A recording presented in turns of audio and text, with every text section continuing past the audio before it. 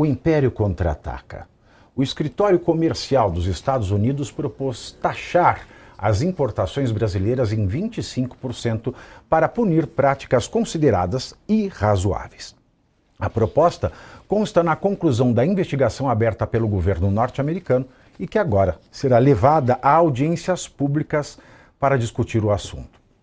A decisão final sobre aplicar ou não o novo tarifaço cabe ao presidente Donald Trump.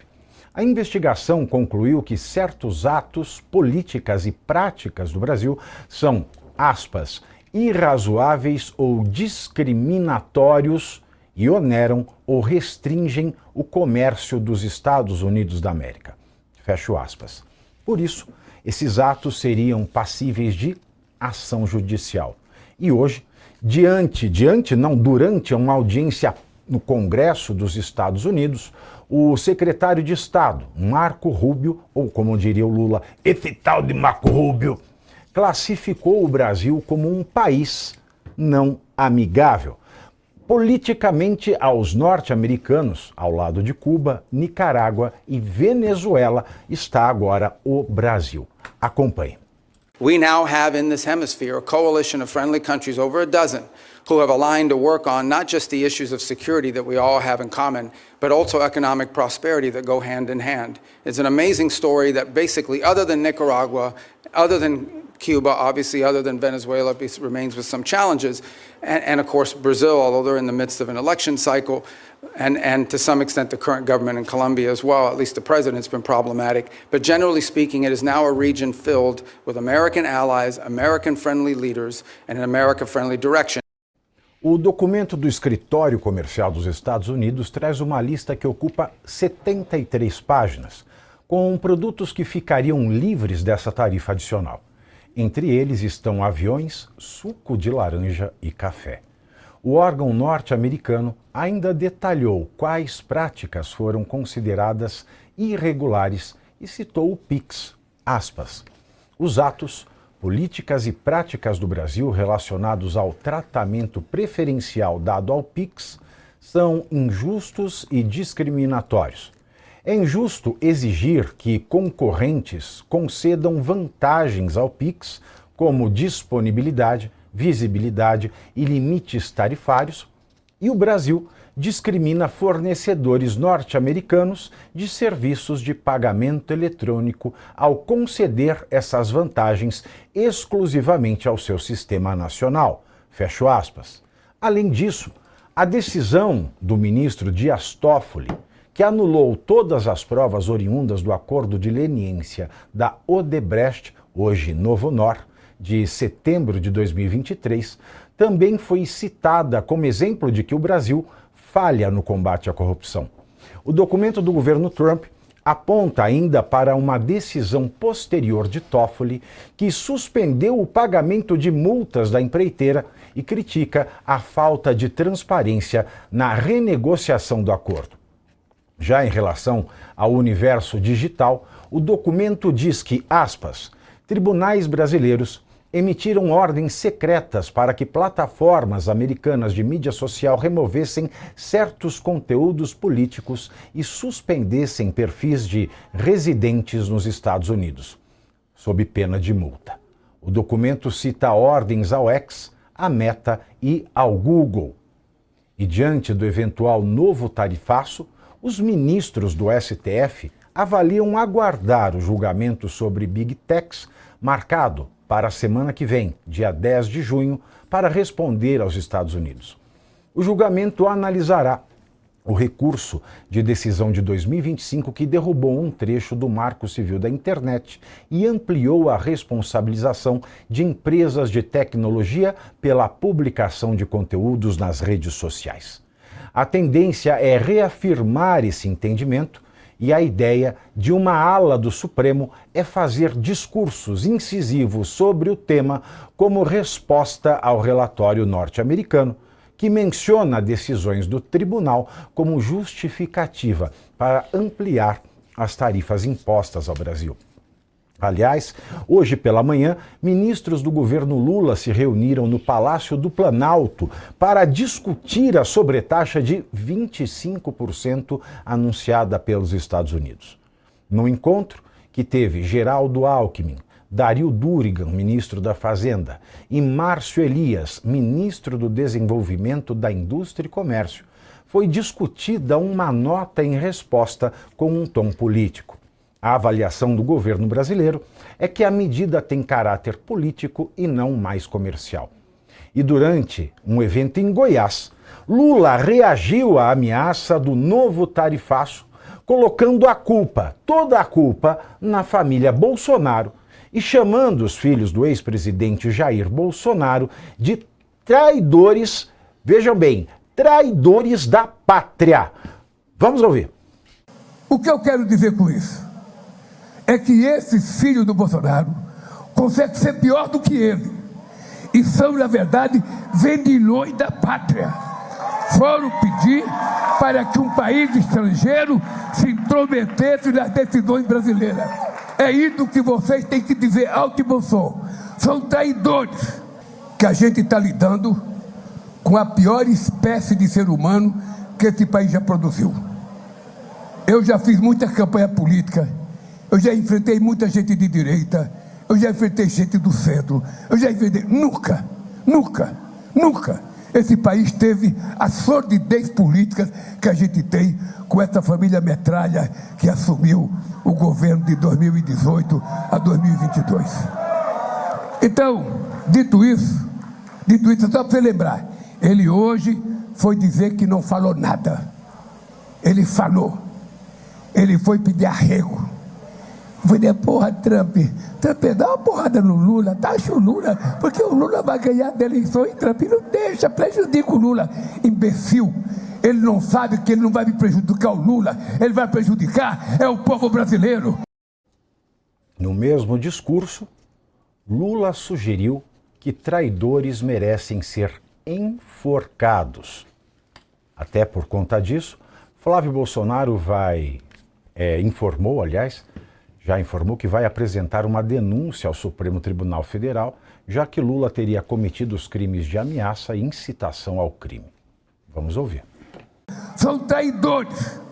Por menos do que isso, Joaquim Silvério do Reis, que delatou Tiradentes, foi enforcado. O que merece os traidores da pátria que vão pedir intervenção de um país no nosso país. Só para falar que o Tiradentes é que foi enforcado. Aí você veja, vem um sujeito desse, chama, né, os Bolsonaros de vendilhões da pátria, entre aspas, traidores, pior espécie de ser humano que já existiu, sórdidos, família metralha. É engraçado, né? Porque o Reinaldo Azevedo ele inventou uma expressão que ficou muito célebre no Brasil e que lhe rendeu muito dinheiro, vendeu muitos livros, né? O País dos Petralhas 1 e o País dos Petralhas 2. E Petralha é uma junção de PT com os personagens do desenho animado e quadrinhos Irmãos Metralha, que fazem parte dos DuckTales, né? Fazem parte daquele universo de Tio Patinhas e etc. e tal. Tem os Irmãos Metralha e os Irmãos Metralha são irmãos que são bandidos que portam metralhadoras. E ele muito coerentemente, justificadamente, inventou a expressão petralha. Então agora o Lula chama o outro de família metralha. E por fim, ele chama o Flávio Bolsonaro de imbecil. Imbecil. E este imbecil, que é o Lula, que na verdade é o imbecil, é o ladrão que bate a carteira e grita pega ladrão. Então, o Lula, que é o imbecil, chama o outro de imbecil e comete uma imbecilidade. Quem morreu na forca, Lula, foi Tiradentes. Qualquer criança semi-alfabetizada sabe disso. Mas o afã da mentira é tanto que as mentiras saem e os erros acontecem. Por falar em Flávio Bolsonaro, o senador e pré-candidato à presidência enviou uma carta ao secretário dos Estados Unidos, Marco Rubio, pedindo que o governo norte-americano poupe o Brasil da nova proposta de tarifaço. No documento, Flávio cita a crise econômica para justificar um eventual recuo por parte do governo Donald Trump, afirmando que o Brasil vive, aspas, uma grave deterioração fiscal e econômica e argumentando que eventuais sanções comerciais prejudicariam a população brasileira, além de citar o aumento da dívida pública, o recorde de inadimplência e dificuldades enfrentadas pelas empresas. Caivano, quem é que merece ir para a forca? Pavinato, eu defendo a liberdade de expressão, então eu vou dizer que ninguém, tá? Incluindo o Dilma desinelegibilizado. Não merece. Mas vamos lá. O Joaquim Bela saída, hein? Opa! Bela saída. Mais um processo aqui não, filho. Tô esperto. Tô esperto. Notem o seguinte, pessoal, agora falando muito sério. O Joaquim Silvério dos Reis morreu em 1819, sob proteção oficial, justamente por ter traído o Tiradentes, que foi enforcado. Esse sim foi enforcado. Então, comete aí um... Não Você é vê só que um é a segunda equívoco, vez que é a o Lula, segunda essa vez. semana... É a segunda vez. Semana não, a semana passada ele já falou do Joaquim Silvério dos Exato. Reis. Exato. Ele falou do Joaquim Silvério dos Reis como se ele fosse um colaborador da Inconfidência Mineira. Exato. Ele falou, olha, o que ele faz envergonha a memória de Joaquim Silvério dos Reis, que é o traidor, na verdade. Foi o traidor, exatamente. Aí hoje, ele fala que o cara que mandou o herói brasileiro Tiradentes para a forca, dizendo que ele foi para a forca. Porque a grande verdade é que o Lula inverte todos os papéis, Caivano. Verdade. E olha só, né? Não vamos falar disso, mas... Será que é a cachaça? Pode ser, né? Ou será que é a imbecilidade pura e simples? A imbecilidade, ela é inerente a ele. Isso a gente já sabe de muito tempo, né? Foi X9 durante o regime militar. Então, ele tem retrospecto. Mas olha que coisa interessante, né, Pavinato? Na minha visão, ele está muito preocupado mesmo. Esses deslizes, eu vou chamar assim muito educadamente, demonstram que ele está realmente fora de controle. E ele está preocupado com eleição.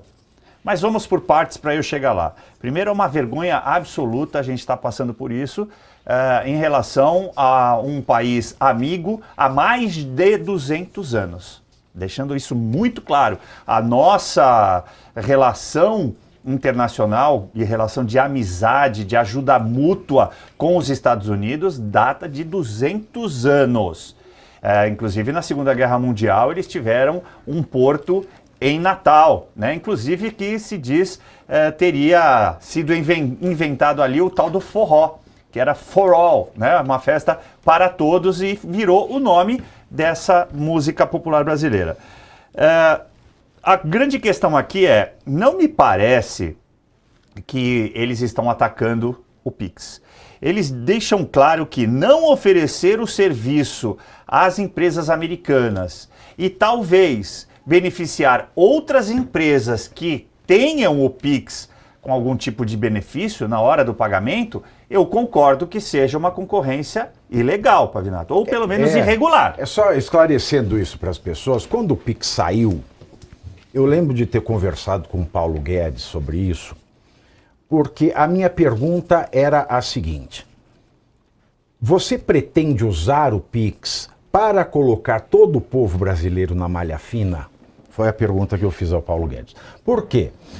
O que é o Pix? Quando você cadastra uma chave Pix ou transfere dinheiro por uma chave Pix, você abre mão de 2 sigilos constitucionais, que é o sigilo bancário e, para a quantia que você está transacionando pelo Pix, o sigilo fiscal. Em especial o sigilo bancário. Porque quando você faz DOC e TED, a Receita não é avisada do seu DOC ou do seu TED. A Receita ela é avisada do valor que está na sua conta no dia 31 de dezembro do final de cada ano. E DOC e TED não é informado para a Receita. Pois bem, o PIX, o que é o PIX? O PIX é um sistema do governo federal. O PIX é um sistema da própria Receita. Então, quando você cadastra uma chave PIX, transfere para uma chave PIX, o que você está fazendo é sair do sistema bancário e usar, a partir do seu banco, um sistema da própria Receita Federal. Portanto, não há que se falar em sigilo da Receita se você está usando uma ferramenta da Receita. E o que acontece com isso? Muitas pessoas informais que recebiam com dinheiro ou que recebiam DOC, TED, só que o DOC e o TED têm valor. Os bancos cobram DOC e TED. Eles não cobram a partir do momento que você paga uma cesta de pacotes, e se você paga uma cesta de pacotes, você está pagando pelo DOC e pelo TED, ou se você é um sujeito muito rico e o banco, ele te oferece DOC e TED de graça. Mas de regra o brasileiro paga. Então a Receita vai falar, olha, tem o meu sistema. E por esse sistema, você abre mão do sigilo bancário para fazer a sua transferência. E o Paulo Guedes falou que não era a intenção, porque o que pode acontecer, todo mundo que é informal, que recebia por DOC ou TED ou em dinheiro vivo, começou a receber por PIX. Então essas pessoas, se elas recebem R$3.000 por PIX, R$5.000 por PIX, a Receita já sabe, se ela não declarar o imposto de renda, ela já cai na malha fina. Então você coloca na malha fina quase todos os brasileiros que recebem algum dinheiro. Ora, além disso, além desse fato, que é o governo brasileiro somente disponibiliza esse meio de pagamento para os bancos brasileiros e não para os bancos estrangeiros que operam no país. Portanto, existe uma discriminação oficial, estruturada, do governo para com os bancos e as instituições financeiras internacionais, e a nossa Constituição diz que não haverá discriminação entre pessoas físicas e jurídicas residentes no país. E um banco e uma instituição financeira que funciona no Brasil é como se fosse uma pessoa que está protegida por esse comando da Constituição. E tem mais. Não só o PIX, ele é uma desvantagem concorrencial que o governo dá aos bancos brasileiros, bem como o governo ele incentiva os bancos brasileiros a cadastrarem os clientes no PIX. Quando o PIX começou, para cada cliente que o banco conseguisse fazer cadastrar uma chave PIX, este banco recebia um abatimento tributário. Mais uma desvantagem concorrencial. Dito isso, Wellington, as suas impressões sobre tudo isso, porque ficou muito claro na fundamentação. As razões são as desvantagens concorrenciais que o Estado brasileiro promove com políticas de governo e as decisões do STF que têm prejudicado empresas baseadas nos Estados Unidos. E vem o Lula e diz esse bando de groselha e diz que não, os Estados Unidos mentem, a culpa é dos Bolsonaros, e que eles mereciam ser enforcados, como não foi Joaquim Silvério dos Reis.